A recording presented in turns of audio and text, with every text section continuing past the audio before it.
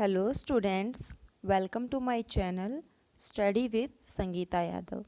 Today we will discuss about class 8th science chapter number 1 crop production and management. So let's start the video. So आपने previous video में इस chapter के कुछ topic cover किए थे. अब हम इस वीडियो में लास्ट टॉपिक कवर करेंगे जो है स्टोरेज. तो आपने देखा इस पूरे चैप्टर में कि कोई भी फार्मर है वो कोई भी क्रॉप ग्रो करता है तो उसको कितनी सारी प्रैक्टिसेस करनी पड़ती है. पहले उसको प्रिपरेशन ऑफ सॉइल कर ली है, then sowing of seeds, then what manuring and fertiliser, then irrigation. So last में क्या करना था, जब फसल पूरी पक जाती है देन उसकी हार्वेस्टिंग करते हैं. फिर हम क्या करते हैं, जब हमारे पास क्रॉप यील्ड आ जाती है, हमारे पास जो क्रॉप के ग्रेन्स है वो हमारे पास आ जाते हैं तो हमको उनको एक प्रॉपर वे में स्टोर करना पड़ता है. तो स्टोरेज कैसे होता है उनका वो सब हम इस वीडियो में स्टडी करेंगे. So let's start.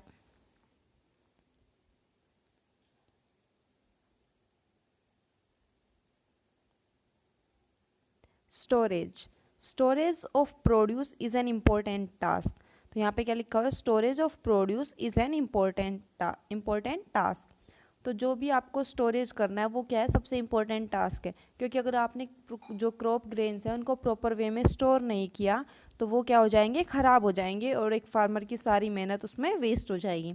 If the crop grains are to be kept for longer time they should be safe from moisture, insect, rats and microorganisms. अगर जो क्रॉप ग्रेन्स है उनको लॉन्गर टाइम के लिए रखना है तो हमें उनको किससे सेफ़ रखना होगा, मॉइस्चर से सेफ़ रखना होगा, इंसेक्ट से सेफ़ रखना होगा, रैट्स और माइक्रो ऑर्गेनिज्म, इन सब से हमें उनको सेफ़ रखना होगा. मतलब ना तो उसमें कोई नमी होनी चाहिए, ना कोई इंसेक्ट होना चाहिए, ना चूहे वगैरह या जो माइक्रो ऑर्गेनिजम्स होते हैं उन सब से हमको सेफ़ रखना चाहिए. The fresh crop has more moisture. तो जो फ्रेश क्रॉप होती है उसमें मॉइस्चर ज़्यादा होता है. If freshly harvested grains are stored without drying, they may get spoiled or attacked by organisms. तो जो भी फ्रेशली हार्वेस्टेड ग्रेन्स है, मीन्स जो रिसेंटली हमारे पास ग्रेन्स आए हैं, अगर हमने उसको बिना सुखाए, बिना ड्राई किए अगर हमने उसको कहीं पे स्टोर कर लिया तो वो क्या हो जाएंगे, स्पॉइल हो जाएंगे, मीन्स ख़राब हो जाएंगे. किसकी वजह से, ऑर्गेनिजम्स की वजह से. लूजिंग देयर जर्मिनेशन कैपेसिटी, और वो किसको लूज़ कर देंगे, अपनी जर्मिनेशन कैपेसिटी को लूज़ कर देंगे. मीन्स अगर हम उन ग्रेन्स को दोबारा उगाना चाहेंगे तो वो उगेंगे नहीं. क्यों, क्योंकि उनकी जर्मिनेशन कैपेसिटी फिनिश हो चुकी होगी. Hence, before storing them, the grains are properly dried in the sun to reduce the moisture in them. तो उनको स्टोर करने से पहले हम क्या करेंगे, उनको ड्राइड इन द सन, जो सनलाइट है उसमें उसको कुछ दिन सुखाएंगे, जिससे क्या होगा, उसका मॉइस्चर उसमें से ख़त्म हो जाएगा. This prevent the attack by insect, paste, bacteria and fungi. और ये किस चीज़ में हेल्प करेगा कि जो भी अटैक होगा पेस्ट से, बैक्टीरिया से, फंगी से, जो भी इंसेक्ट है इन सब से जो भी क्रॉप पे अटैक होगा वो फिनिश हो जाएगा, उसको वो कम हो जाए, एक तरह से रिड्यूस हो जाएगा. Farmers store grains in jute bags और मेटेलिक बीन्स. तो यहाँ पे देखिए, आपको यहाँ पे पहले दो इमेज दिखाई दे रही होगी, तो पहले हम इन इमेज के बारे में देख लेते हैं. तो फर्स्ट है silos for storage of grains. तो ये क्या है, जब आपको कोई लार्ज स्केल पे ग्रेन्स को स्टोर करना होता है तो ऐसी एक स्ट्रक्चर होता है जिनको बोलते हैं सिलोज. तो इसमें क्या किया जाता है, ग्रेन्स को स्टोर किया जाता है. और नेक्स्ट यहाँ पे है ग्रेनरीज. यहाँ पे क्या है, ग्रेनरीज. तो इन ग्रेनरीज में क्या है कि जो जूट बैग्स होते हैं उसमें जो भी ग्रेन्स होते हैं उनको फिल करके एक जगह पे स्टोर किया जाता है. इनको क्या बोलते हैं, ग्रेनरीज बोलते हैं इसको. सो फार्मर्स कहाँ स्टोर करते हैं अपने ग्रेन्स को, जूट बैग्स में स्टोर करते हैं या मेटेलिक बीन्स में. मीन्स या तो वो जूट के बने हुए बैग में उसको स्टोर करेंगे या फिर जो मेटल के बीन्स बने होते हैं उसमें स्टोर करेंगे. However, large scale storage of grains is done in silos or granaries to protect them from pests like rats and insects. तो जो भी लार्ज स्केल पे स्टोरेज होता है ग्रेन्स का वो कहाँ पे होता है, सिलोज में होता है या फिर ग्रेनरीज में होता है. और वहाँ पे वो किस चीज़ से प्रोटेक्ट करते हैं हम क्रॉप ग्रेन्स को, रेट से और इंसेक्ट से. Dried neem leaves are use for storing food grains at home. अगर हमें फूड ग्रेन्स को होम पे स्टोर करना है तो हम उसमें क्या डालेंगे, ड्राइड नीम लीव्स. जो नीम की पत्तियाँ होती हैं उनको सुखाकर उसमें डालेंगे.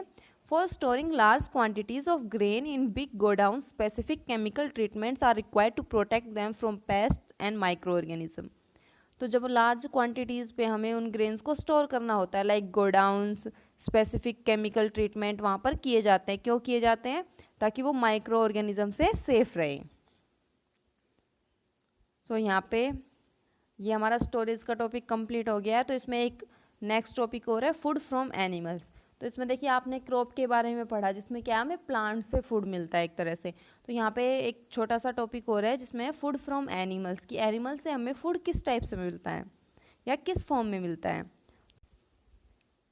यहाँ पे एक एक्टिविटी दी हुई है, इस एक्टिविटी को और कंप्लीट कर लेते हैं. Make the following table in your notebook and complete it. तो आपको ये टेबल नोटबुक में बनानी है और इसको कंप्लीट करना है. तो इसमें 3 कॉलम्स दिए हुए हैं. First serial number, second food, third source. तो आपको क्या करना है कि जो भी एनिमल से आपको जिस टाइप का फूड मिलता है वो आपको इसमें डालना है, इसको कंप्लीट करना है. लाइक फर्स्ट सीरियल नंबर पे लिखा हुआ है मिल्क. मिल्क हमें कहाँ से मिलता है? काऊ से, बुफेलो से, सी गोट से, शी कैमल से. तो ऐसे ही नंबर 2 पे आप लिख सकते हैं एग. एग आपको किससे मिलता है? लाइक हैन. थर्ड में आप लिख सकते हैं मीट. मीट आपको किससे मिलता है? फिश वगैरह से, चिकन वगैरह से. तो इन सब से आपको मीट मिल जाता है. तो इस तरह आपको इसको कंप्लीट करना है. After completing this table, you must have seen that like plants, animal also provide us with different kind of food.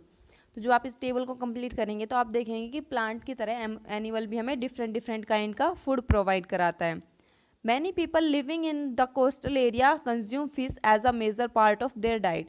तो जो बहुत सारे लोग जो भी कोस्टल एरिया में रहते हैं, मीन्स जो समुद्र के आसपास का एरिया जो होता है वहाँ पर जो भी लोग रहते हैं वो अपने मोस्टली अपनी डाइट में क्या कंज्यूम करते हैं? फिश. तो आपने देखा होगा ऐसे एरिया में क्या होता है, फिश ज़्यादा फिश ही अपनी डाइट में लेते हैं लोग.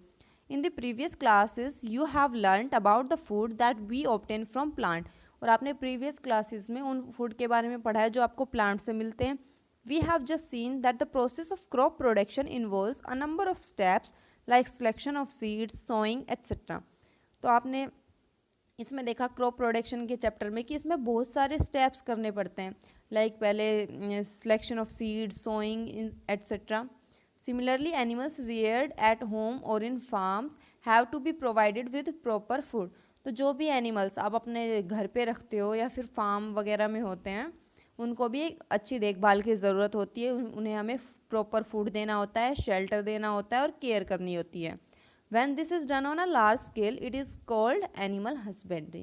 जब आप मान लो आप घर में रखते हो तो कितने एनिमल रख सकते हो? 2, 3, 4 मैक्सिमम इतने रख सकते हो. लेकिन जब एक लार्ज स्केल पे इनको रखा जाता है एनिमल्स को, तो उस प्रोसेस को क्या कहते हैं? Animal husbandry. सो यहाँ पे जो पॉइंट लिखा हुआ है उसको रीड आउट कर लेते हैं. Fish is good for health. We get cod liver oil from fish which is rich in vitamin D. तो देखो फिश क्या है, हमारी हेल्थ के लिए बहुत अच्छी होती है. क्यों? क्योंकि फिश से हमें क्या मिलता है? कोड लीवर ऑयल मिलता है. क्या मिलता है? Cod liver oil. और वो किस में रिच होता है? विटामिन डी में. तो यहाँ पे ये भी एक इम्पॉर्टेंट पॉइंट है, इसको भी नोट डाउन करना है. So I hope you have understood today's video. If you have any doubt you can tell me in the comment box. I will try to clear your doubt. So please subscribe to my channel and hit the notification bell so that you can get notification of new videos, and share this video with your friend. That's all for today's video.